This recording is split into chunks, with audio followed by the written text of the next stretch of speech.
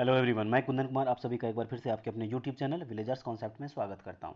तो फ्रेंड्स, जैसा कि हम लोग अभी Bihar police constable previous exam जो हुआ है 2010 से लेके 2022 तक, उसका जो है सेट के रूप में हम लोग क्वेश्चन डिस्कशन कर रहे हैं। 6 सेट जो है इससे पहले हम लोग लगा चुके हैं, आज जो है 7वां सेट है।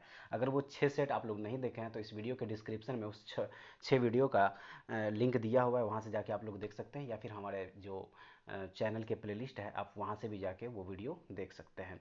अगर आपको उसका पीडीएफ अगर चाहिए तो हमारे टेलीग्राम चैनल से जुड़ जाइए, वहाँ से जाके आप लोग उसको डाउनलोड कर सकते हैं। तो चलिए फिर शुरू करते हैं आज का वीडियो और देखते हैं आज का पहला क्वेश्चन। आज का जो पहला क्वेश्चन है वो है कि सभी जातिवाचक संज्ञा का समूह क्या है। 4 ऑप्शन दिया हुआ है। इसका जो सही आंसर हो जाएगा वो हो जाएगा आपका option number B. Option number B यानी कि लड़का, नगर और कार, ये तीनों जो है सभी जातिवाचक संज्ञा का समूह है। उसके बाद जो अगला क्वेश्चन है वो है कि प व्यंजन का उच्चारण स्थान क्या है। तो सही आंसर हो जाएगा आपका ऑप्शन नंबर ए, ओष्ठ। ओष्ठ जो है प व्यंजन का उच्चारण स्थान है। उसके बाद जो अगला क्वेश्चन है कि इनमें संज्ञा शब्द है। 4 ऑप्शन दिया हुआ है और संज्ञा शब्द कौन सा है इसमें, ये पूछा जा रहा है। तो इसका जो सही आंसर हो जाएगा वो हो जाएगा आपका ऑप्शन नंबर ए, माधुर्य। माधुर्य जो है इसमें संज्ञा शब्द है। उसके बाद जो नेक्स्ट क्वेश्चन है वो है संस्कृत व्याकरण का पिता किसे कहा जाता है। संस्कृत व्याकरण का पिता किसे कहा जाता है। तो सही आंसर हो जाएगा option number B, Panini. Panini को संस्कृत व्याकरण का पिता कहा जाता है।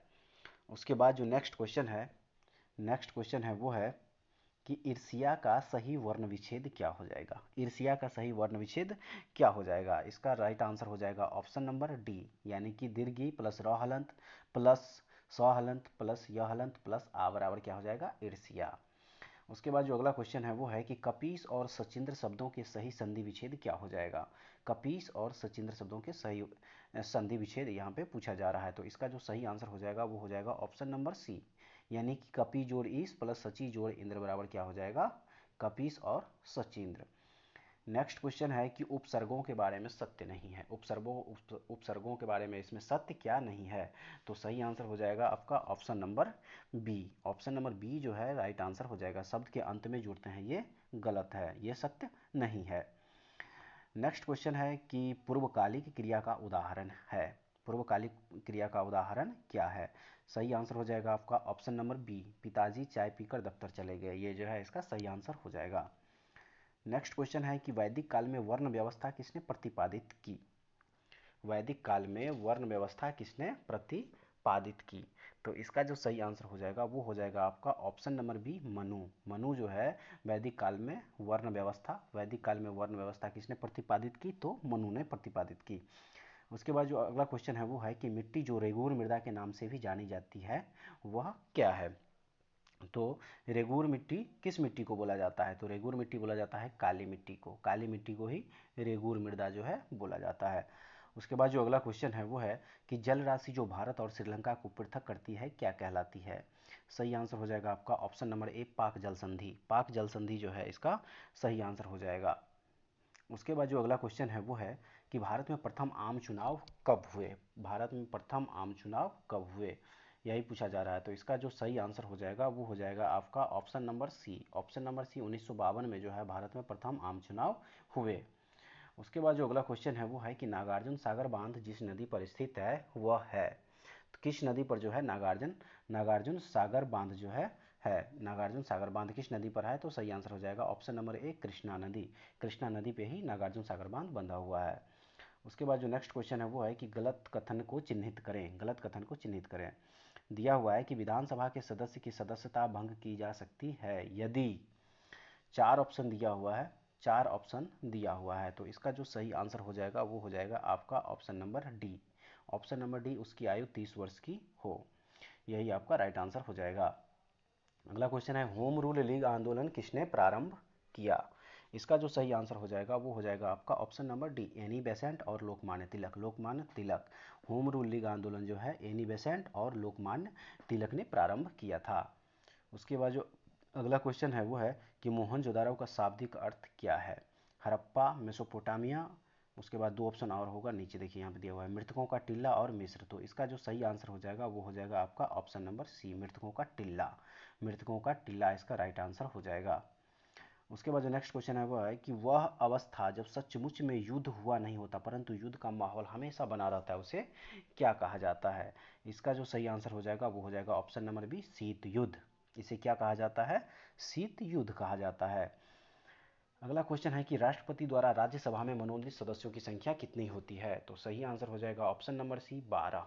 राष्ट्रपति द्वारा राज्यसभा में मनोनीत सदस्यों की संख्या कितनी होती है? तो 12 होती है। वहीं अगर लोकसभा की बात की जाए, लोकसभा की अगर बात की जाए तो लोकसभा में टोटल कितने सदस्यों को मनोनीत किया जा सकता है राष्ट्रपति द्वारा? तो 2 सदस्यों को।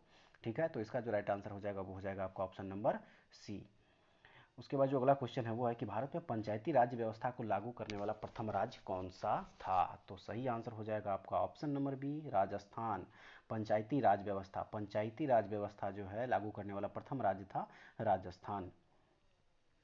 उसके बाद जो अगला क्वेश्चन है वो है कि भारत में निम्नलिखित में से कौन सा प्रदेश झूम कृषि के लिए प्रसिद्ध है। झूम कृषि के लिए प्रसिद्ध है कौन सा प्रदेश?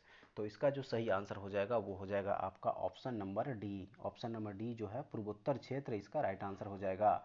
झूम कृषि के लिए प्रसिद्ध है आपका पूर्वोत्तर क्षेत्र।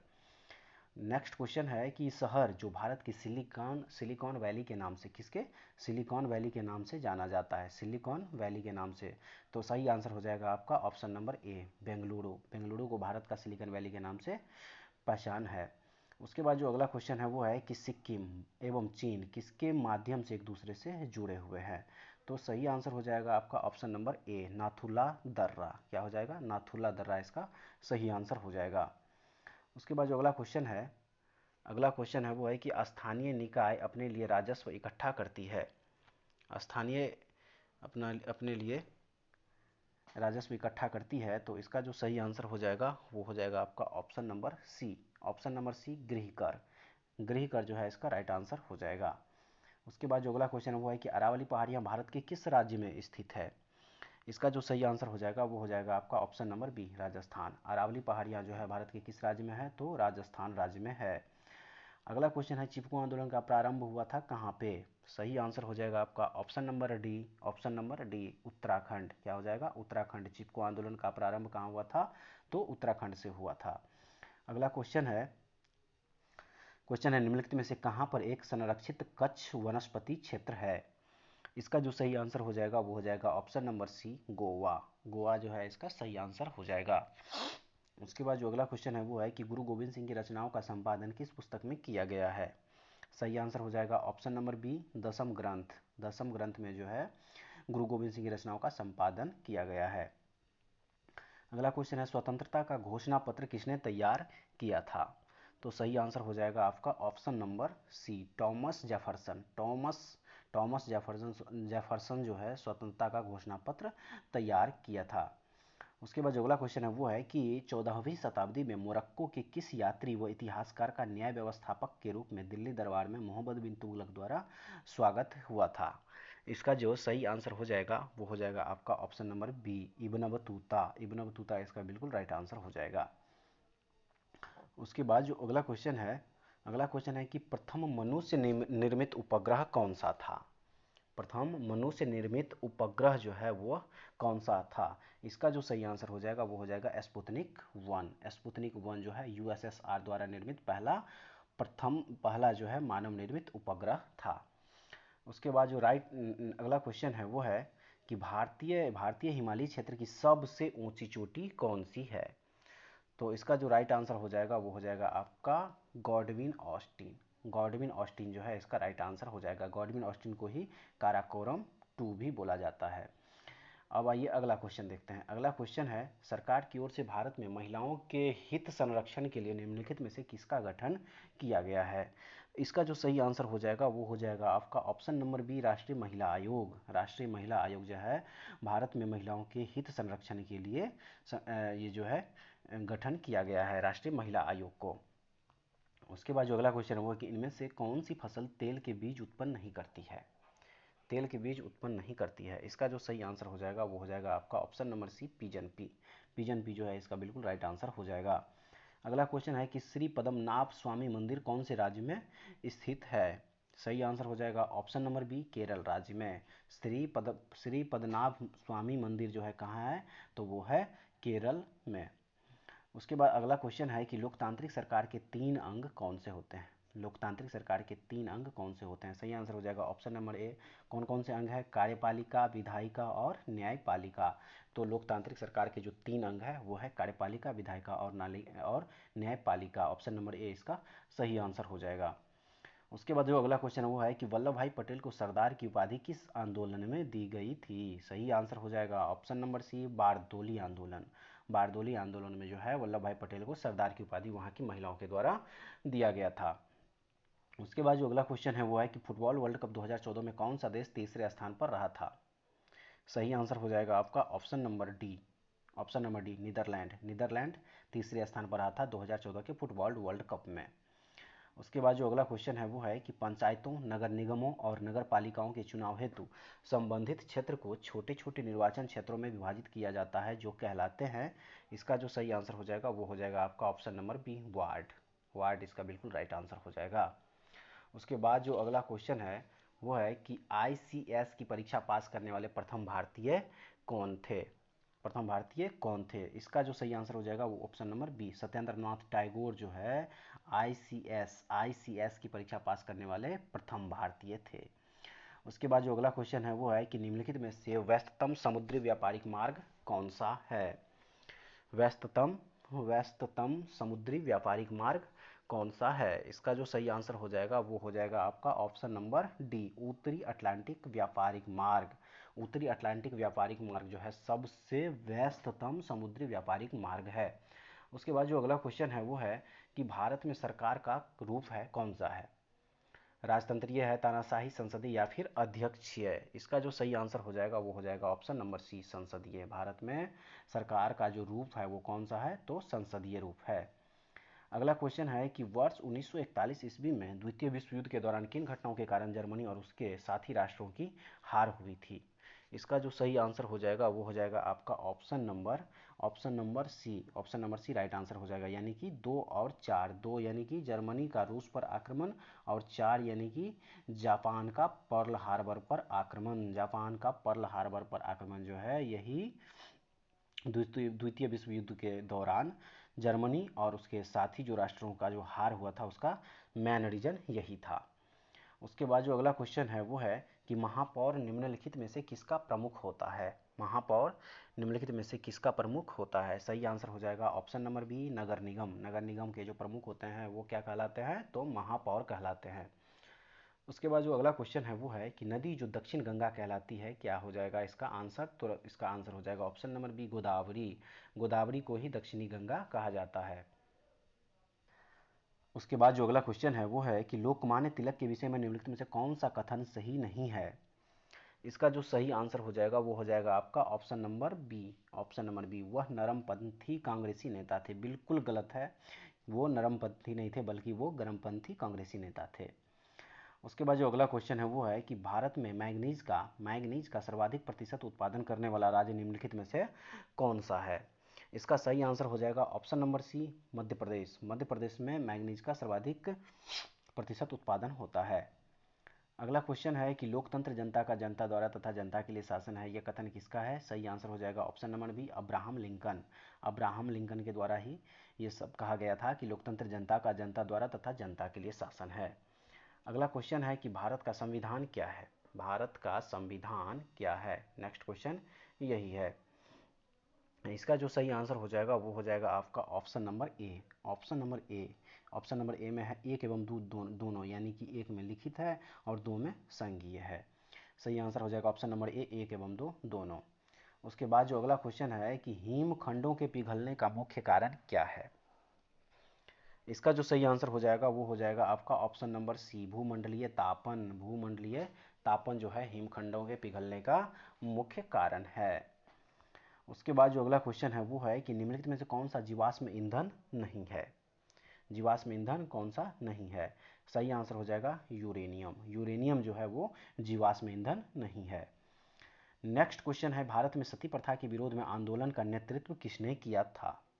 किसने किया?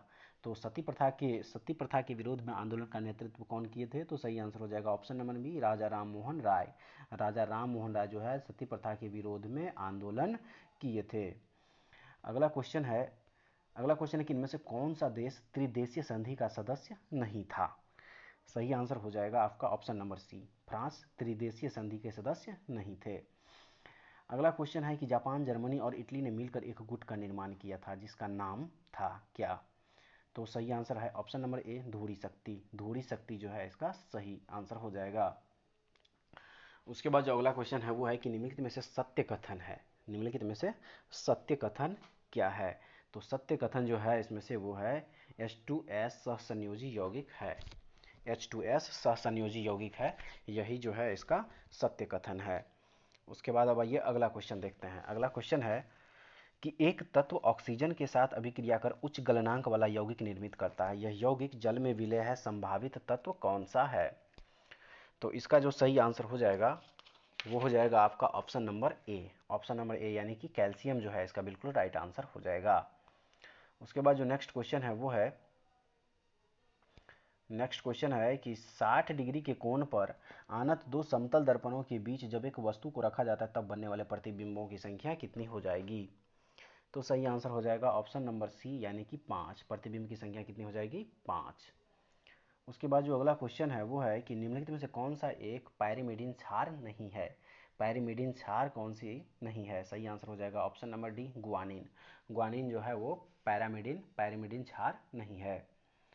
नेक्स्ट क्वेश्चन है कि निम्नलिखित में से कौन विखंडन योग्य प्राकृतिक तत्व है?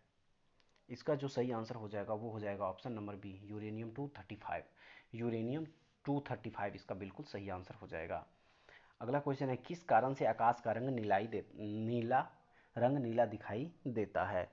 इसका सही आंसर हो जाएगा आपका ऑप्शन नंबर सी, प्रकाश के प्रकीर्णन के कारण ही आकाश का रंग नीला दिखाई पड़ता है। प्रकाश के प्रकीर्णन के कारण ही आकाश का रंग जो है वो बिल्कुल नीला दिखाई देता है। ये भी वीवीआई क्वेश्चन है, इसको आप वीवीआई क्वेश्चन की कैटेगरी में रख सकते हैं। उसके बाद जो नेक्स्ट क्वेश्चन है वो है कि निम्नलिखित में से कौन एक गैर परंपरागत ऊर्जा स्रोत है? गैर परंपरागत ऊर्जा स्रोत है। सही आंसर हो जाएगा आपका ऑप्शन नंबर डी, पवन, यानी कि वायु जो है गैर परंपरागत ऊर्जा स्रोत है। अगला क्वेश्चन है कि निम्नलिखित में से संसाधन का कौन सा तरीका दुग्ध उत्पादों के परिरक्षण में प्रयोग किया जाता है? इसका जो सही आंसर हो जाएगा वो हो जाएगा आपका ऑप्शन नंबर सी, पाश्चुरीकरण। पाश्चुरीकरण इसका बिल्कुल सही आंसर हो जाएगा। उसके बाद जो अगला क्वेश्चन वो है कि चींटी या मधुमक्खी के काटने पर उसके डंक में निम्न द्रव्य पाया जाता है, क्या पाया जाता है? तो सही आंसर हो जाएगा आपका option number A, formic acid. क्या पाया जाता है? फॉर्मिक एसिड पाया जाता है। अगला क्वेश्चन है कि 4NH3 प्लस 5O2 तो 4NO प्लस 6H2O इस अभिक्रिया में कौन सा पदार्थ अवकारक है? सही आंसर हो जाएगा NH3, अमोनिया जो है इसका राइट आंसर हो जाएगा। अगला क्वेश्चन है कि किस माध्यम में ध्वनि का वेग अधिकतम होता है? तो ध्वनि का वेग जो अधिकतम होता है वो होता है ठोस माध्यम में। ध्वनि का वेग जो है अधिकतम किस में होता है? तो ठोस में होता है। अगला क्वेश्चन है मानव हृदय में शुद्ध रक्त पाया जाता है कहाँ पे?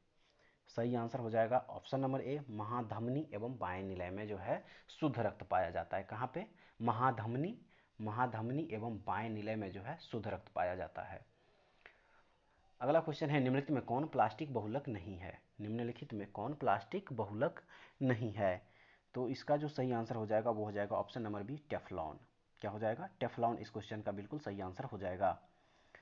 अगला क्वेश्चन है कि निम्नलिखित में से कौन सा जीवाणु द्वारा उत्पन्न एक सामान्य रोग है? इसका जो सही आंसर हो जाएगा वो हो जाएगा आपका ऑप्शन नंबर सी, हाइजा। हाइजा इसका बिल्कुल राइट आंसर हो जाएगा।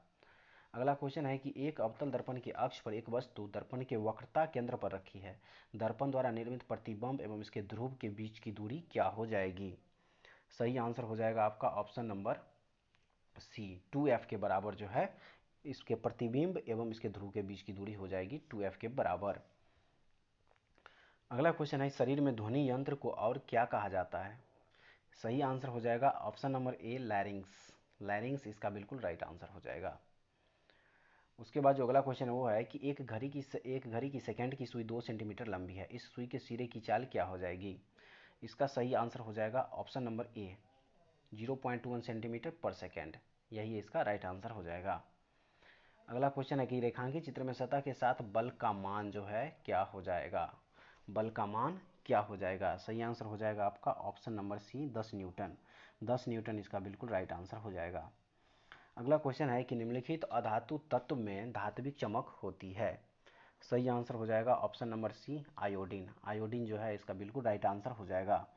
उसके बाद जो अगला क्वेश्चन है वो है कि गैस जो मौसमी परिवर्तनों को प्रभावित नहीं करती है वह क्या है? इसका जो सही आंसर हो जाएगा वो हो जाएगा आपका option option number A oxygen. Oxygen इसका बिल्कुल राइट आंसर हो जाएगा। नेक्स्ट क्वेश्चन है कि तारक रश्मियाँ निकलती है। तारक रश्मियाँ निकलती है किससे? तो सही आंसर हो जाएगा ऑप्शन नंबर ए किससे? तारक काई से, इसका राइट आंसर हो जाएगा। अगला क्वेश्चन है कि अधात्विक खनिज का उदाहरण है। कौन सा उदाहरण है? सही आंसर हो जाएगा आपका ऑप्शन नंबर सी मैग्नीज जो है वो अधात्विक खनिज का उदाहरण है। उसके बाद जो अगला क्वेश्चन वो है कि सौर ऊर्जा का स्रोत क्या है? सौर ऊर्जा का स्रोत क्या है? सही आंसर हो जाएगा नाभिकीय संलयन। नाभिकीय संलयन जो है वो सौर ऊर्जा का स्रोत है। उसके बाद जो अगला क्वेश्चन है वो है, अगला क्वेश्चन है कि जड़ की कोशिका में उपस्थित लवक को क्या कहते हैं? जड़ की कोशिका में उपस्थित लवक को क्या कहा जाता है? तो इसका सही आंसर हो जाएगा option number B leucoplast. Leucoplast जो है वो जड़ की कोशिका में पाया जाता है। अगला क्वेश्चन है कि मात्रा स्थिर रखते हुए जब किसी पिंड की गति दोगुनी की जाती है तो क्या होता है? इसका जो सही आंसर हो जाएगा वो हो जाएगा आपका ऑप्शन नंबर बी, उसका संवेग दोगुना हो जाता है। मात्रा स्थिर रखते हुए जब किसी पिंड की गति दोगुना की जाती है तो उसका संवेग क्या हो जाता है? दोगुना हो जाता है। उसके बाद जो अगला क्वेश्चन है वो है कि प्राकृतिक गैस का मुख्य अवयव क्या है? सही आंसर हो जाएगा ऑप्शन नंबर ए मीथेन। प्राकृतिक गैस का मुख्य अवयव जो है, मुख्य अवयव वो क्या हो जाएगा? मीथेन हो जाएगा। उसके बाद जो अगला क्वेश्चन है वो है कि एक गैस में संचरित होने पर तरंग दैर्घ्य उसी ताप पर वायु में तरंग दैर्घ्य की दोगुनी है। यदि वायु में तरंग का वेग 340 मीटर पर सेकंड हो तो गैस में तरंग का वेग क्या हो जाएगा? यही पूछा जा रहा है इसमें। सही आंसर हो जाएगा आपका ऑप्शन नंबर सी 680 मीटर पर सेकेंड। उसके बाद जो अगला क्वेश्चन है वो है कि एक पदार्थ की जल में विलेयता ताप बढ़ने से घटती है, वो पदार्थ कौन सा है? सही आंसर हो जाएगा आपका option number C gas. Gas इसका बिल्कुल सही आंसर हो जाएगा। अब उसके बाद जो अगला क्वेश्चन है वो है कि वर्जियस विधि द्वारा कृत्रिम पेट्रोलियम प्राप्त करने में निहित है। ऑप्शन, 4 ऑप्शन दिया हुआ है और इसका जो सही आंसर हो जाएगा वो हो जाएगा आपका ऑप्शन नंबर बी कोयले और हाइड्रोजन के बीच अभिक्रिया। ये इसका सही आंसर हो जाएगा। अब आइए इस सेट का लास्ट क्वेश्चन देखते हैं। लास्ट क्वेश्चन है कि लोहे पर कलई के लिए निम्नलिखित में से किस धातु का उपयोग किया जाता है जिससे कि इसके क्षय को रोका जा सके? तो सही आंसर हो जाएगा आपका option number A zinc. Zinc का जो है परत चढ़ाया जाता है। तो ये था दोस्तों ऑप्शन, ये जो हम लोग सेट लेके आए हैं बिहार पुलिस कांस्टेबल 2010 से लेके 2022 तक जो पूछा गया है, जितना भी एग्जाम हुआ है, तो उसका जो है वो सेट के रूप में हम लोग आज 7वां सेट लेके आए थे। तो इस 7वें सेट में इसमें जो जीके जीएस करंट अफेयर्स और हिंदी से रिलेटेड जितना भी क्वेश्चन था वो सारे के सारे हम लोग डिस्कस किए। उम्मीद करते हैं कि आप लोगों को ये सारे के सारे क्वेश्चन अच्छे अच्छे लेवल के थे और अच्छा लगा होगा।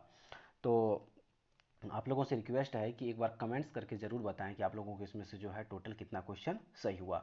इसका अगर आप लोगों को पीडीएफ चाहिए तो हमारे टेलीग्राम चैनल से जुड़ जाइए। अगर टेलीग्राम ऐप अगर आप लोगों के मोबाइल में नहीं है तो वहाँ से जाके आप लोग डाउनलोड कर लीजिए प्ले स्टोर से, और उसको जो है वहाँ से विलेजर्स कॉन्सेप्ट करके जो है हमारा चैनल, वहाँ उसको ज्वाइन कीजिए और वहाँ से जाके आप लोग इसको डाउनलोड करके देख सकते हैं। तो उम्मीद करते हैं कि आप लोगों को ये जो सेट लेके आए थे 7वां सेट, आप लोगों को 7वां सेट का जितना भी क्वेश्चन था वो सारे के सारे क्वेश्चन अच्छे लगे होंगे। तो चलिए फिर दोस्तों आज अब अगला जो वीडियो बनाएंगे वो 8वां सेट का होगा। तो तब तक के लिए जय हिंद।